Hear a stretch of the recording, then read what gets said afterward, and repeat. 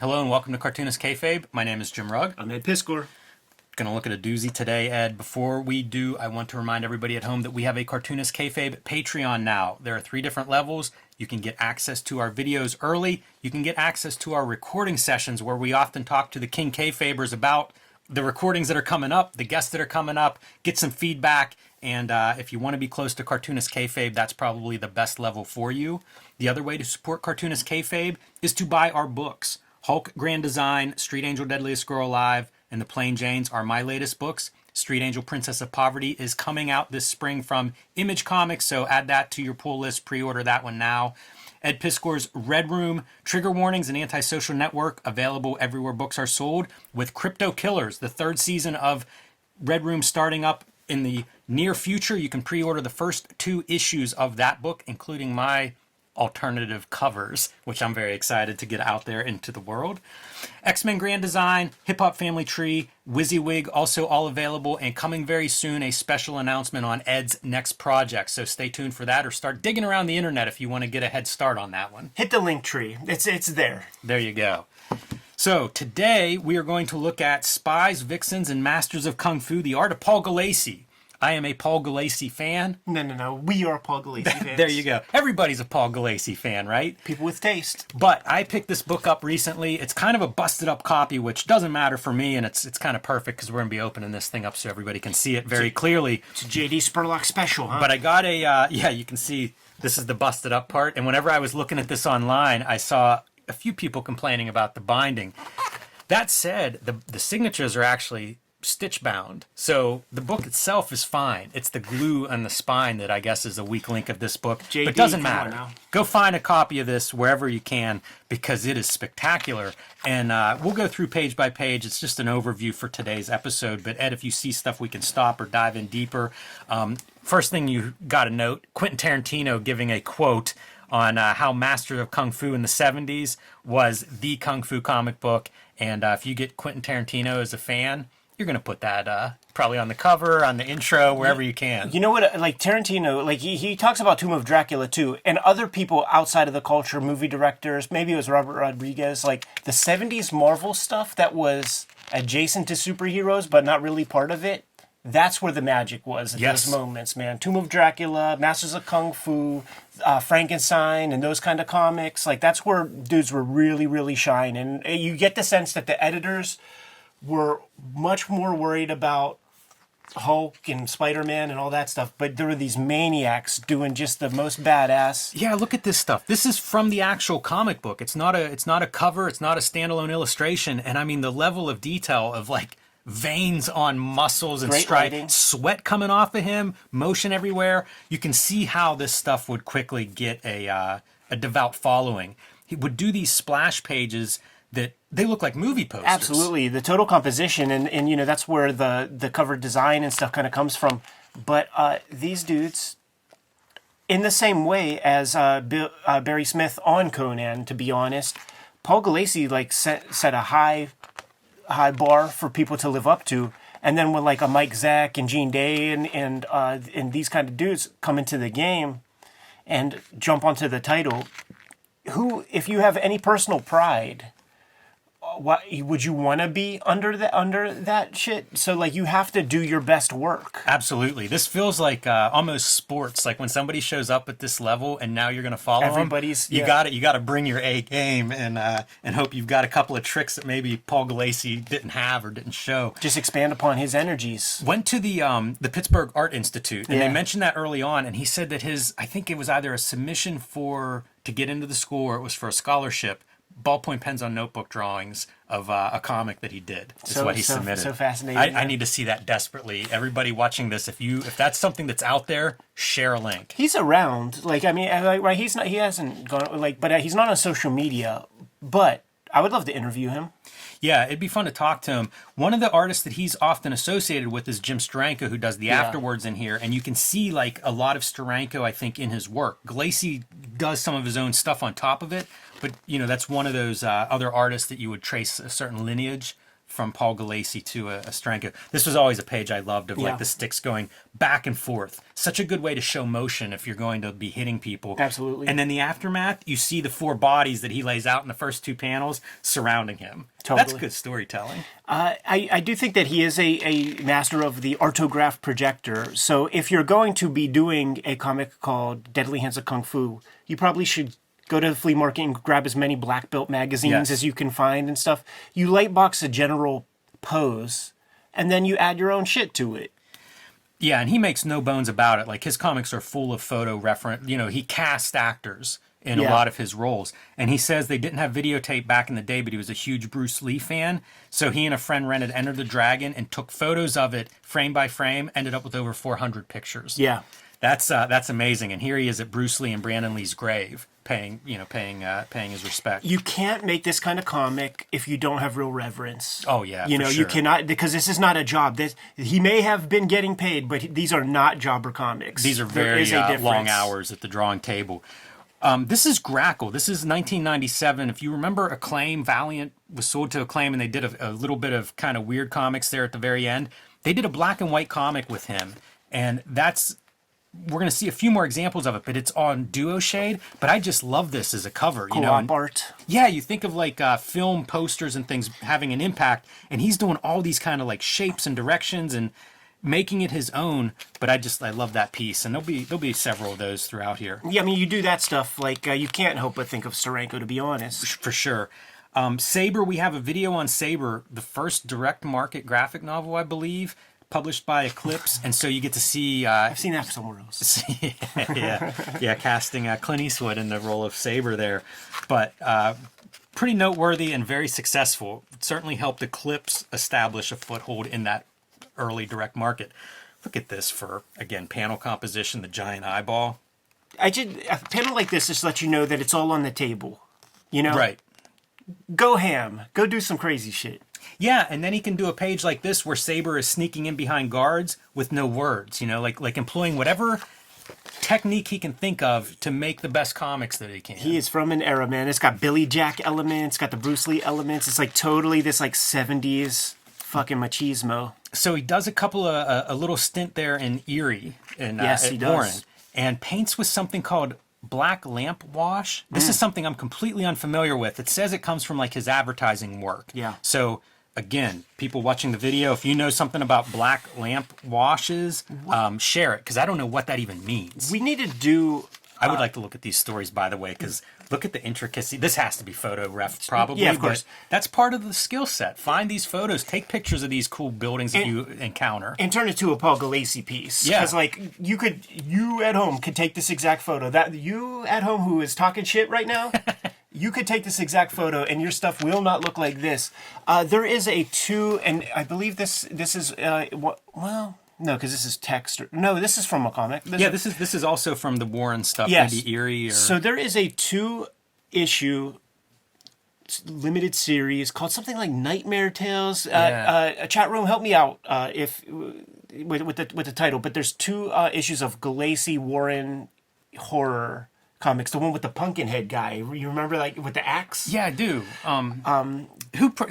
Warren didn't. There was a compilation of that like Eclipse or somebody put out, right? Isn't that 2 issues? Yeah, Eclipse, but it's from the Warren days. It makes me want to track down all these Warren magazines, because I think he only did this is from Erie 109 to 111. I think the previous one was multi-parter. So. Yeah, it's just called Nightmares. Thanks to Nathan Rogers in the chat. Because look at how crazy this is for like a satanic cult. This is the kind of piece. Wild shit right there. This is the kind of piece that you kind of got to do. And then you got to like bury it in your yard and then like put some tea on it and put it in your oven and then slip that into a fucking antique shop or something. Yes. You know what I mean? And just like let somebody like happen upon that shit. It's amazing. Like it makes me want to see it so bad, these pulled out pages.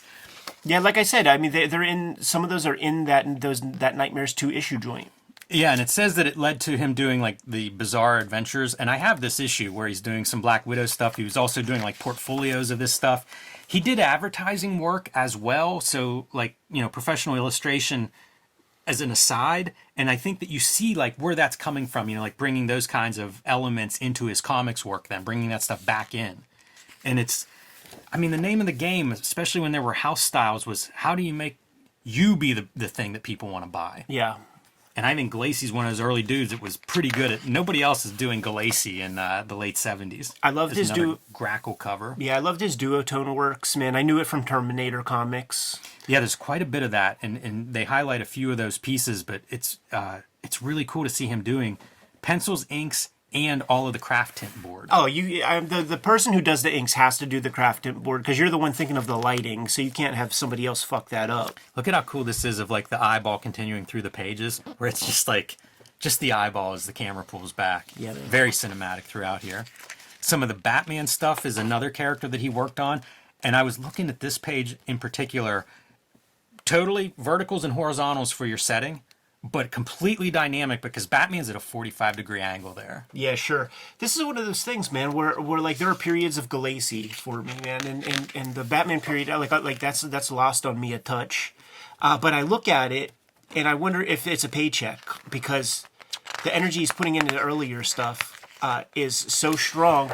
And I'm sure you're getting really well paid, so you can't. If you're offered Batman, you got to do it. He did 2 issues here. I plan to track these down because I'm curious about that. I bet I have them. This one looks really good. It's $394 and I think $393, so it's mid-80s Batman. Yeah. And I think it's just those 2 issues that intrigue me because this to me looks like his A game. And I'm curious, like, does the rest of the book is he putting Masters of Kung Fu energy into it? This is from Legends of the Dark Knight.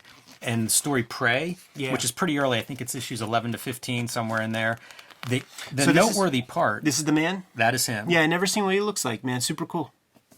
The noteworthy part about Prey, because I have these and I've not read them, is it's a direct sequel to Batman Year One. And you can see, like, they're even copying some of the visual motifs. So it does make me curious about it. The indictment might be it didn't continue in that direction. Yeah. So maybe it didn't work well. I mean, because it seems like the way Marvel and DC are now, that would have just been an ongoing series. You know, the Batman Year One forever. Look at that for just a standalone image. Hugo Strange. I would get any Batman issues I could find at flea markets and stuff. Fucking Hugo Strange is in so many of them. Yeah, they really talk up Hugo Strange. This is a great page also from Prey because as he's running, it's actually the gutters are a maze, and you can see the characters, kind of the payoff down here. I love whenever people try that stuff. Very thoughtful. There's your craft tint for a stormy sky. The other thing that a book like this can do is you pull out the really cool panels. Yeah. I mean, look at, again, as a single image, that is absolutely striking with the shadow behind Batman, and he's just sweating there and helpless.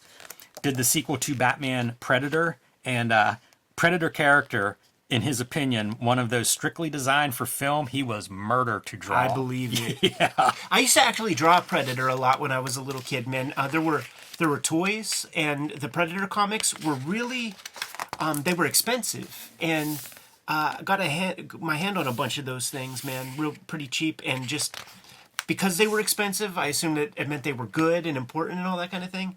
Drew a lot of Predators, man, and it was always very, very tough because it's pencil mileage. It's like, you got to do a lot of lines to draw a Predator. That's true. So now that's cutting into your work day. Yeah, I'd like to see like Seth or Batman Year One era Mazzucchelli break down Predator into like a couple of brush strokes. Right. It'd be a challenge. This is a private commission of a painting that kind of covers all of his Masters of Kung Fu run. How did Marvel not go, here's the money truck, we're going to back up to your house, take out as much as you want, and we're going to print this. Right. Because... love it. Yeah. Absolutely love it. His return to Masters of Kung Fu. I have this series, and when I complain about color, here's your reason that I complain about color. Look how they soften like the black edges, and what happens when those black edges aren't softened. To me, this is 1,000 times stronger than this, and I don't know that it's all the colorist, but I don't like some of the stuff that the colorist is doing there on the left. Yeah, I wouldn't respect you touching my line art. Yeah, I think that's probably it. This I just picked up. This is James Bond, Serpent's Tooth. It was 3 issues, and he considers it like his masterpiece. It is wild stuff with great color throughout and kind of strange characters, again, like a David Icke Lizard Man as a villain. Yes. I mean, that's Ben Mara comics. This is omelette. Dude, there's so much Ben Mara on here. Like, there are pages that I look at where it's like, it almost looks like I see the Ben Mara first and the Paul Gulacy second. But hey, Ben's right. You know, I come away from this very inspired by Paul Gulacy and wanting to look at more of his stuff. It's neat though. Whenever to me when he's doing like straight color, that's what's interesting too. Half of this book is black and white because he's so good in black and white, and then you get to Six from Sirius, one of the early epic series, and he's painting it and he's doing this stuff with like watercolor markers and pencils before anybody was really doing this kind of full color art. And it looks good. You know, like he wasn't just doing it, but he was doing it in a way that was very effective and probably opened some doors for future full color art. You're saying he paid attention to other classes at the Art Institute of Pittsburgh other than just drawing and illustration courses. That's right. He did a run on Catwoman that makes me very curious because I don't have any of those issues, but it's later after Darwin Cook, so it's that leather cat suit kind of Catwoman, but like in the issues like maybe in the 40s, late 30s, something like that. So those are on my list now for tracking some of those down. Great painting of this. Said that he actually held onto the gun for the painting throughout this for his reference. Yeah. Boy, that leather might be as good of a leather glove as I've ever seen. And for everybody else, that thing in the back's a telephone.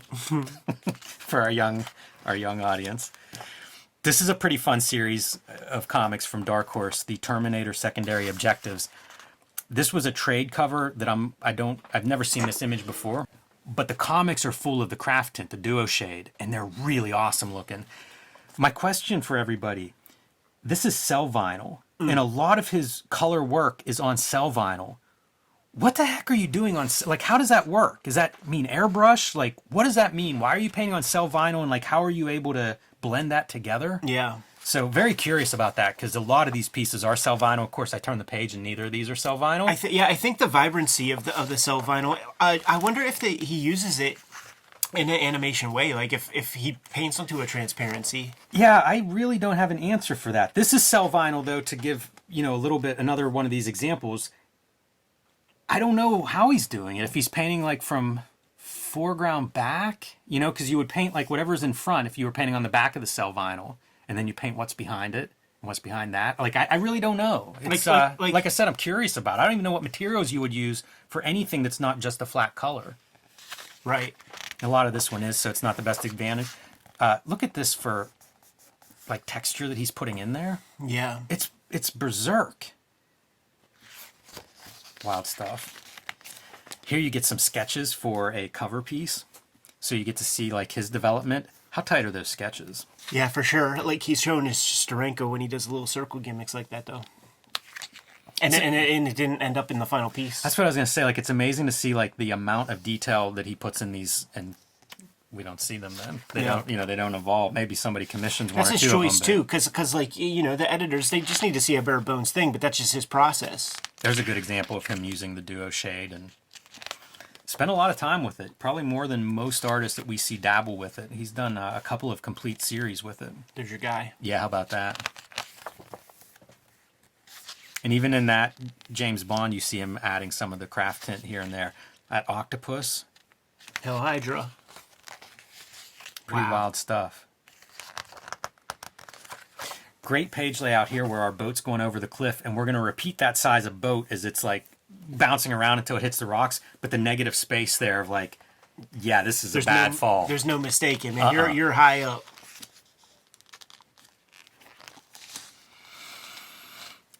This is kind of a strange piece. This feels like you're drawing it very quickly because there's a lot of stuff that's not accurate there. And because of so much of his work is super accurate, whenever you get somebody with a big head or limbs are short or whatever, he'll do weird stuff. Like he'll put energies in and stuff, but like Shang-Chi would often have a big giant head and like that strong skinny body, and that's just I take that for what it is. This almost reminds me of like 8-bit stuff. I don't know why that is, but a lot of the duo shade that I see in black and white sometimes will have that quality where maybe you're scratching the edges off a little bit or something, but it almost feels like that old bitmap pixel art. Yeah.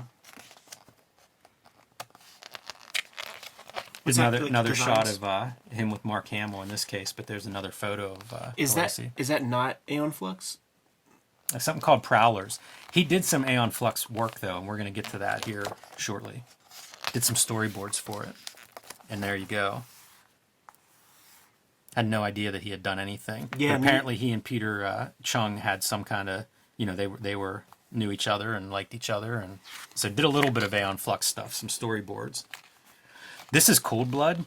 This was not this particular page, but Cold Blood's like an 8-part story in Marvel Comics Presents. Part 1 was in the very first comic book I bought. Oh, that's so cool. Yeah, we'll have to dig that one out because it's definitely the good piece out of it. Showing a little bit of process too of him like building the photo references. I don't know if it makes much difference, but I do admire like shoot your own, build your own photo references whenever possible. It's the best way to end up with your own compositions and things like that. How about this? Another one of those examples of like super tight composition sketches, and now here's like your finished piece. I can't remember. I think this maybe it was this one was an unpublished Catwoman piece, but I'm shocked by how tight his sketches are. Yeah. Yeah, I mean, he's probably, certainly projecting it or lightboxing it big and stuff. So, you do a lot of work at that stage, you blow it up, and then it becomes an ink job. Yeah, it reminds me of some of Dave Gibbons' layouts where he's like, if you get in a deadline pinch, you can really turn those tight thumbnails into the finished art pretty quickly if need be. So kind of a nice book. I got a good deal on it, but if you're a Gulacy fan, it's great to just see his art and see little notes, a lot of commentary from him on the pieces throughout the book. That always makes it nice to actually have the artist weighing in on what we're looking at. Great survey of Paul Gulacy, man, and I believe that this will probably be kayfabe affected. How many of you guys out there in the chat room right now are buying this thing? But Jim, we should get out of here. Kayfabers, like, follow, subscribe to the YouTube channel, hit the bell so that we can notify you when new vids are available. And if you want to mitigate that kayfabe effect and see the books that we talk about before anybody else does, got to join the Patreon and got to become a King Kayfaber, because they're sitting there watching us record this video in a live stream at this very moment, and they get all the videos before anybody else. So they get the first dibs on the cheapest copies on the aftermarkets. But the videos are brought to you by the books that we make. And right now I have Red Room Crypto Killers 1 and 2 being solicited and offered to your comic shops. There are 2 trade paperbacks of that out there right now. I'm serializing the new Red Room stuff on my Patreon at this very moment. Hit up my link tree, and at the very tippity top, you're going to see a new project that I'm going to be making a bigger announcement about very, very soon. It is the 10th anniversary of Hip Hop Family Tree. There are 4 volumes of that out there, 3 volumes of X-Men Grand Design, and you will find WYSIWYG. Jimmy, what are your books? Hulk Grand Design, Street Angel Deadliest Girl Alive, and The Plain Janes are all in print and available now. Street Angel Princess of Poverty is my next Street Angel book. It'll be out later this spring. You can pre-order that one now, and you can join me on patreon.com/JimRugg to see lots more of my comics and art, download out-of-print zines and mini-comics, and see what I am working on next. But that's not all. There are other ways to support the Cartoonist Kayfabe channel. Jimmy, lay those out to the people. Subscribe to the Cartoonist Kayfabe newsletter at the links below this video. You can also find Cartoonist Kayfabe t-shirts, merchandise, mugs, fanny packs, stickers, and lots more at our spread shop. That link is also under this video. All good ways to support the channel. Given those marching orders, we'll be on our way. Read more comics.